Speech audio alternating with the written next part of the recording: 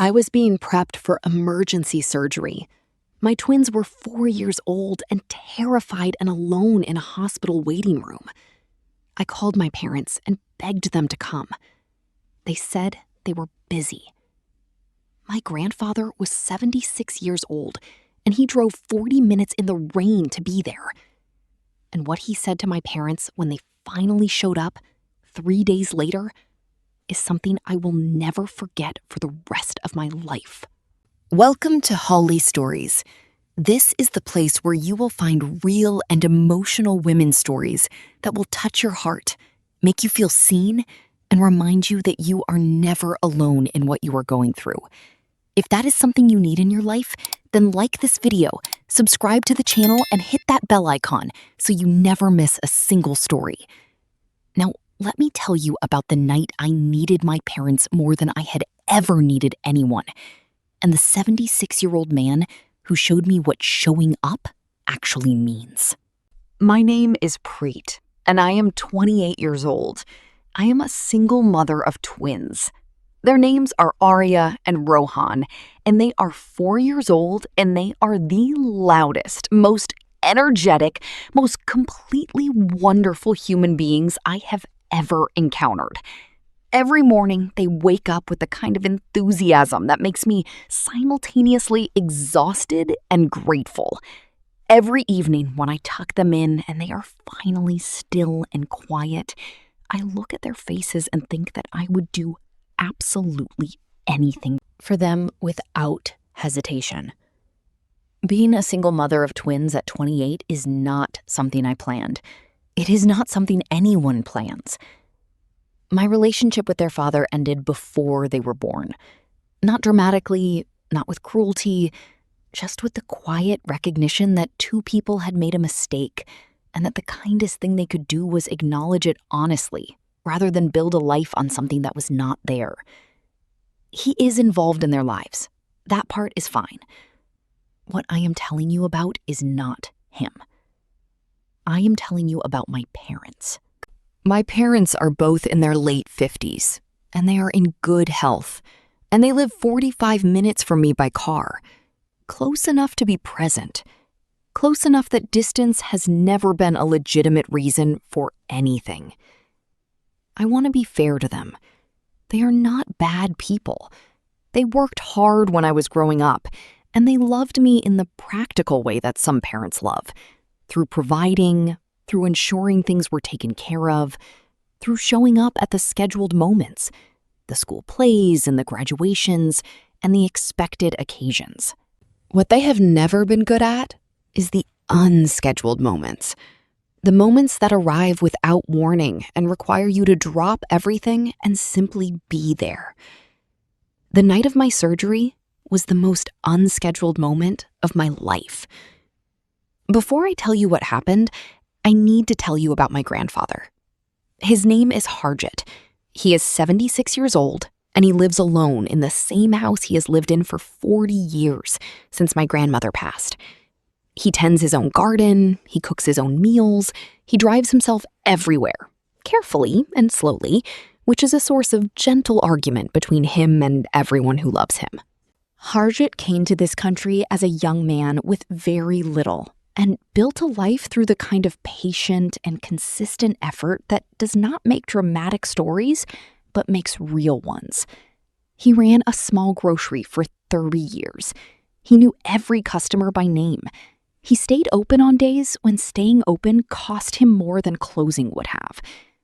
He is the person in my family who has always made me feel completely and unconditionally loved.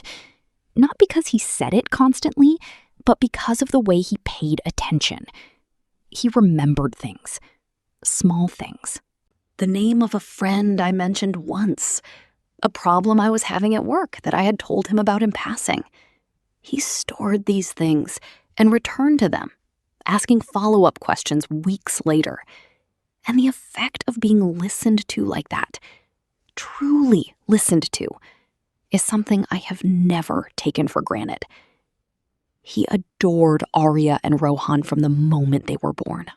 He came to the hospital the day they arrived, and he sat in the chair by my bed and held them both, one in each arm, with the careful confidence of a man who has held many babies and knows exactly what he is doing. He looked at them for a long time without saying anything. Then he looked at me and said, "Preet, you have done something remarkable." I cried, the postpartum kind of crying that is about everything at once. He just nodded, like he understood completely, which he did. It was a Thursday evening in February when the pain started. I had been feeling off for a few days. Not dramatically, just a vague discomfort in my abdomen that I had been attributing to stress and not enough sleep, two things that are permanent features of my life as a single mother of 4-year-old twins. But Thursday evening, the discomfort became something else, sharp and sudden, and located with a precision that frightened me. I put Arya and Rohan in front of the television with strict instructions not to move, and I sat on the bathroom floor and tried to breathe through it and told myself it would pass. It did not pass. By 8 in the evening, I knew I needed to go to the hospital. The pain was not something I could manage at home, and something in me, some deep and honest part of me, understood that this was serious. I had 2 4-year-olds and no plan. I called my mother first. I explained what was happening. I told her I needed to go to the emergency room and I needed someone to come and be with the twins. I told her I was scared. She said, "Preet, your father and I are in the middle of something tonight. Can you call someone else?" I said, "Mom, I am telling you I need to go to the emergency room." She said, "I am sure it is nothing serious. Take something for the pain and see how you feel in the morning."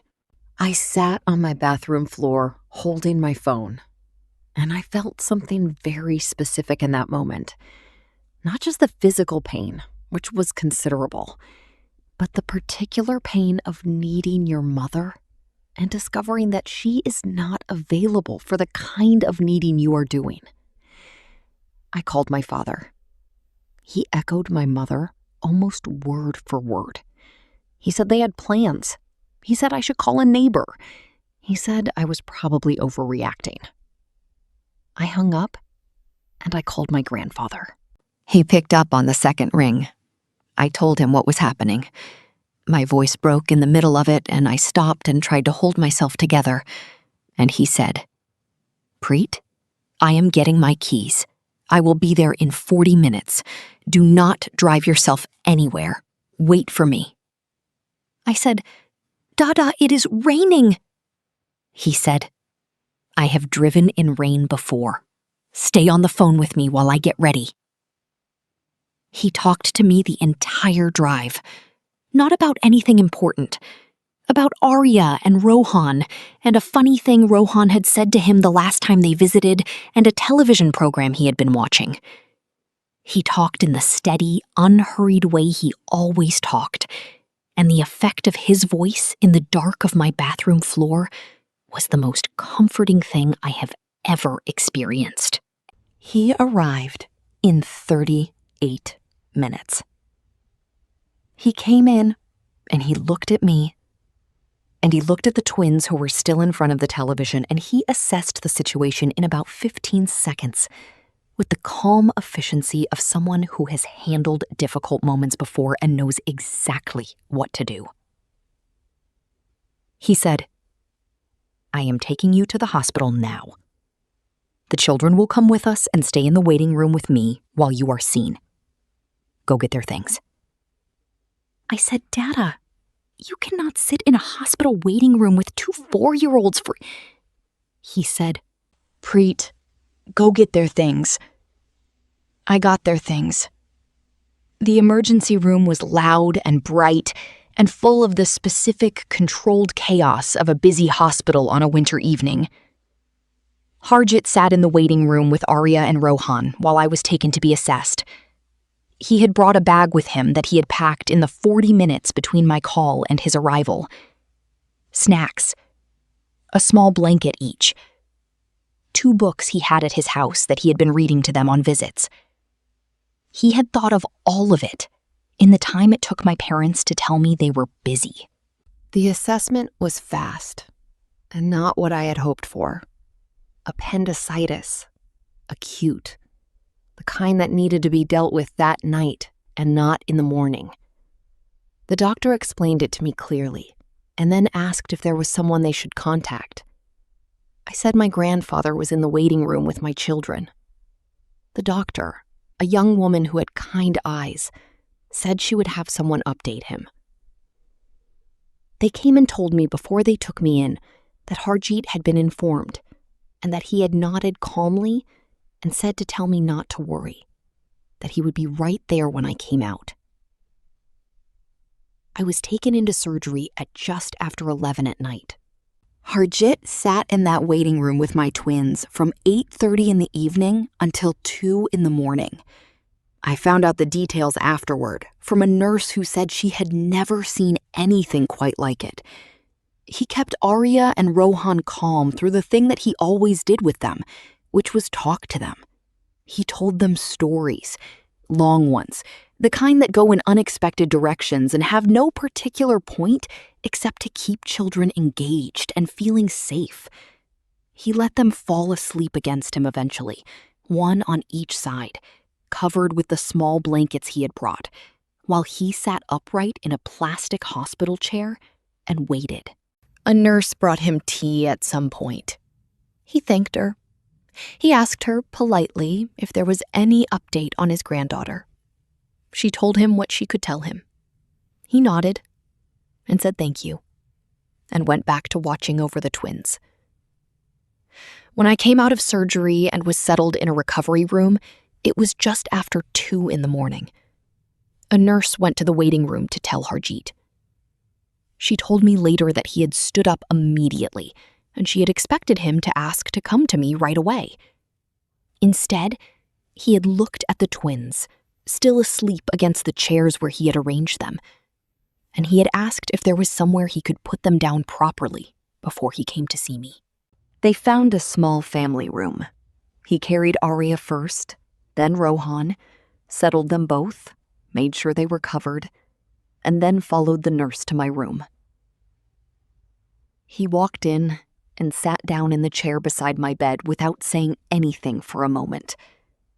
Then he said, "How do you feel?" I said, "I have been better." He said, "You are going to be fine. I am staying." I said, "Dada, it is 2 in the morning." He said, "I know what time it is." He stayed.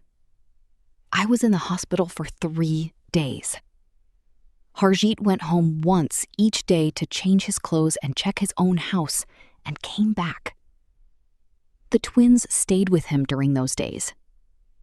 He managed them with a patience and energy that put people a third of his age to shame. He took them to the hospital cafeteria for meals and let them choose what they wanted, within reason, and told them their mother was resting and would be home soon. Arya asked him once if Mama was going to be okay. He told me later that he had looked at her very seriously and said, "Your Mama is the strongest person I know. She is going to be absolutely fine." He said Arya had nodded with great solemnity, and then asked if she could have another cookie. My parents called on the second day. My mother called first. She had heard from a relative what had happened, and her voice when she called had a quality in it that I recognized as guilt, trying to present itself as concern. She said she was so sorry she had not known it was serious. I said, "Mom, I told you I was going to the emergency room." She said she had not realized. I said, "I know." I did not say anything else on that call. I did not have the energy, and I did not have the words, and I did not trust myself to say what I was actually feeling in a way that would be useful to anyone. My father called the next day and said much the same thing. He said he felt terrible. He said he wished he had known. I said the same things I had said to my mother. Short sentences. Honest, but contained. They said they would come to see me. They came on the third day, the day I was being discharged. They arrived at the hospital at 11 in the morning. Harjeet was there. The twins were there, sitting on my hospital bed eating crackers and watching something on Harjeet's old phone that he had downloaded specifically for them.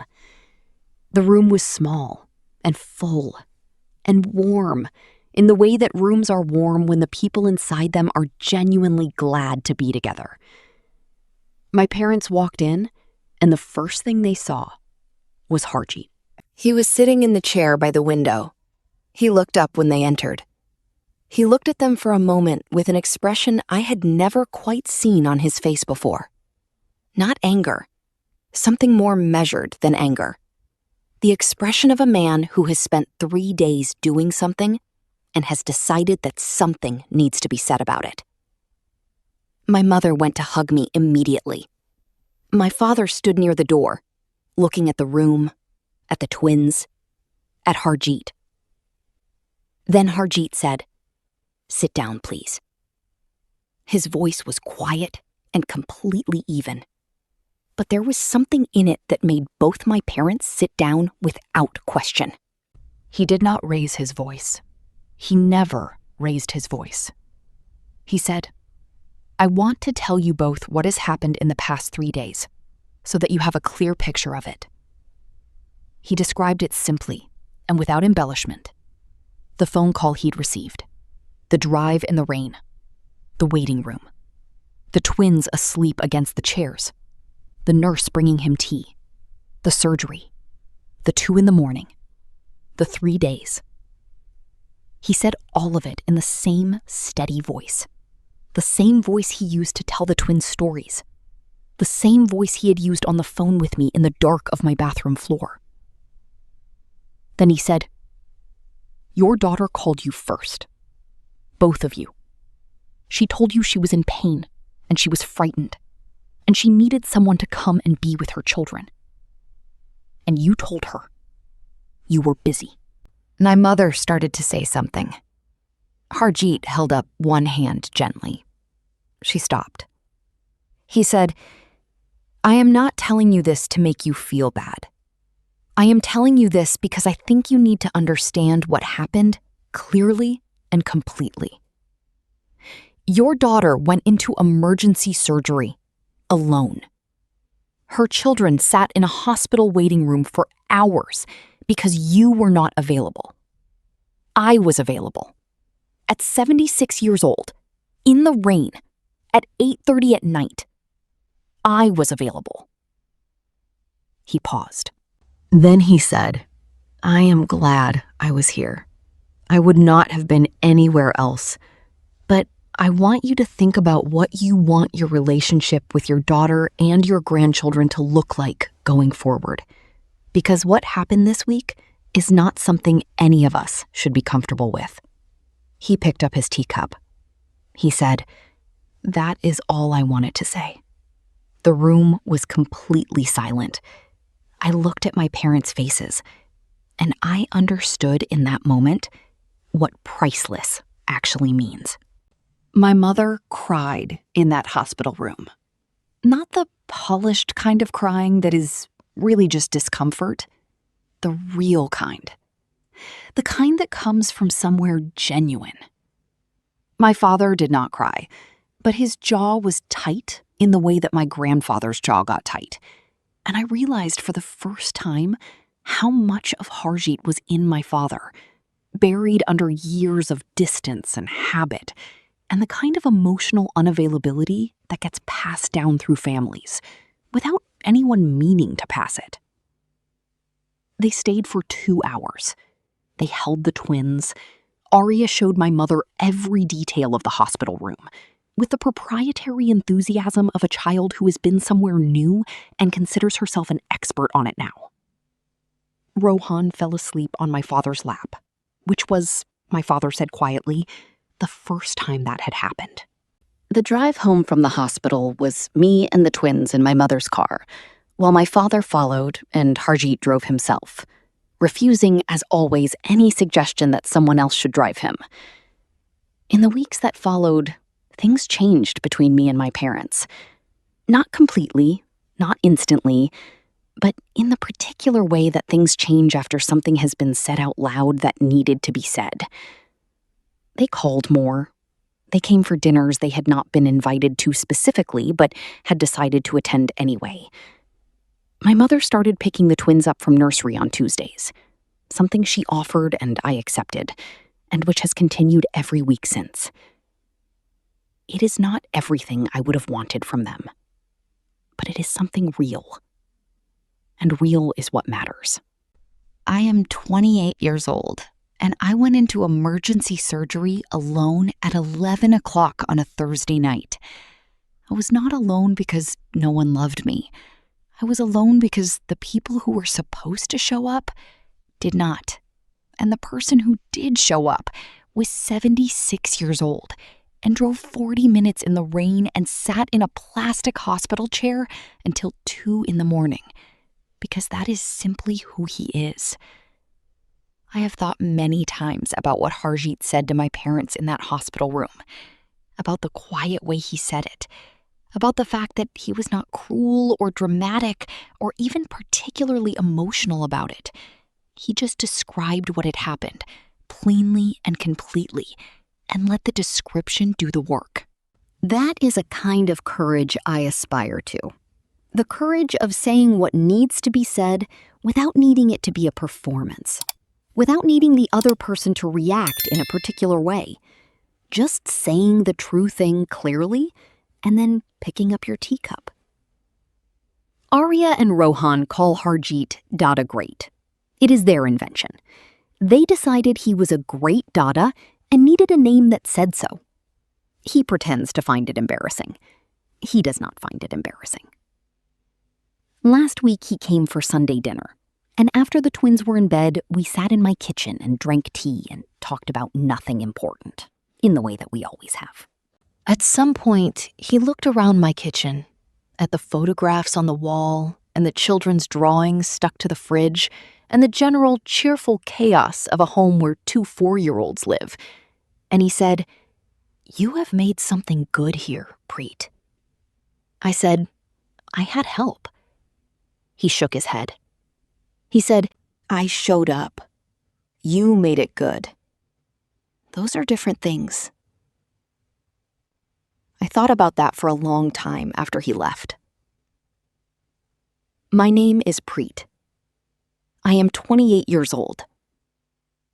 I went into surgery alone, and I came out to a grandfather who had not moved from that hospital. And that is my story. I called my parents when I was scared, and they were busy. I called my grandfather, and he was in his car before I finished the sentence. He did not ask me if it was serious enough. He just came. Thank you for listening. This is Haely Stories. We will see you in the next one.